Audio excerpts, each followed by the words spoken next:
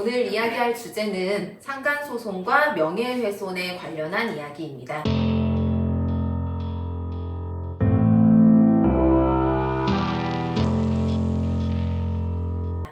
배우자가 바람핀 사실을 알게 되면 당연히 화가 나겠죠. 그래서 상간남이나 상간녀를 찾아가서 협박을 한다거나 폭행을 하는 경우가 종종 있습니다.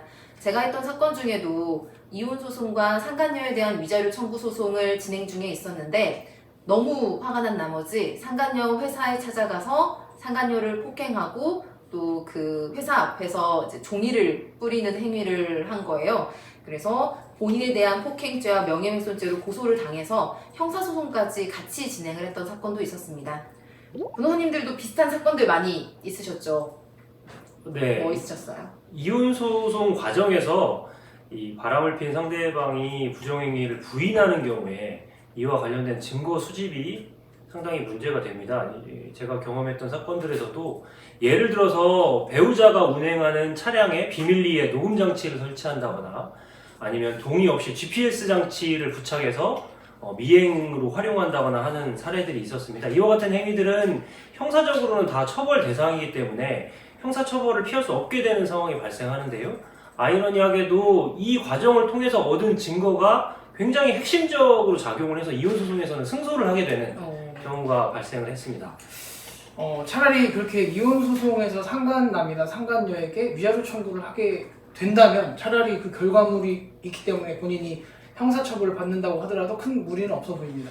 제가 경험했던 사례를 보면은 결혼을 하지 않은 이제 연인 관계에서 서로 간에 약간의 부정행위가 있었던 것이죠. 그래서 부정행위를 하지 않은 한 당사자가 함께 있는 카카오톡 대화방에 이 두 사람이 상간을 저질렀다라고 폭로를 하게 됩니다.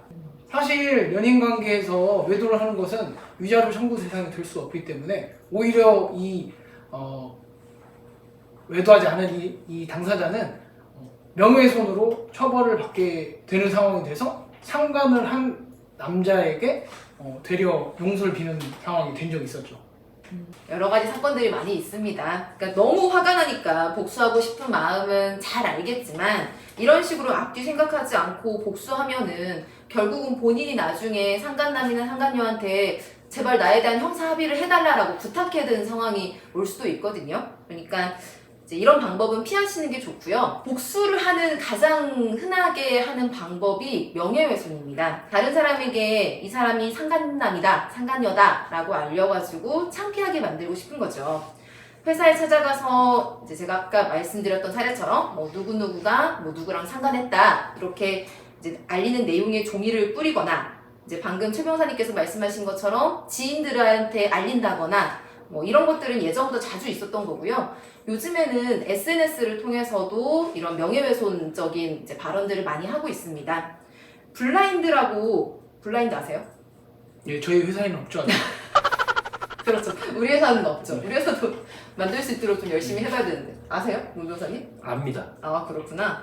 저도 이제 저희는 블라인드에 가입이 되어 있다거나 하지는 않지만 주변 친구들이 블라인드에 올라오는 이제 재밌는 이야기들을 가끔 해줄 때가 있는데 요즘에는 이 블라인드에다가 그런 글들을 많이 올린다고 하더라고요. 그래서 또 이제 소문이 나고 결국은 그게 명예훼손에 해당하는 일이 되기도 하고요.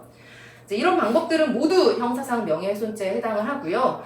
초범이라면 보통 벌금형이 선고되지만 명예훼손을 한 내용이나 방법에 따라서 그 이상의 처벌을 받을 수도 있습니다. 그렇다면 어떻게 복수를 하는 게 가장 좋을까요? 가장 현명할까요? 근데 여기서 실제로 제가 이런 명예훼손으로 구속되는 경우도 봤습니다. 아, 명예훼손으로? 너무 정도가 세긴 셌어요. 그렇죠. 네. 진짜 조심하셔야 돼요. 네. 그러니까 정도의 차이를 잘 조절해야 될 것이라고 보고요. 사실 현명한 복수라고 하는 게 좋은 방법이 뭐가 있을지. 근데 복수는 하고 싶을 거잖아요. 얼마나 화가 나겠어요.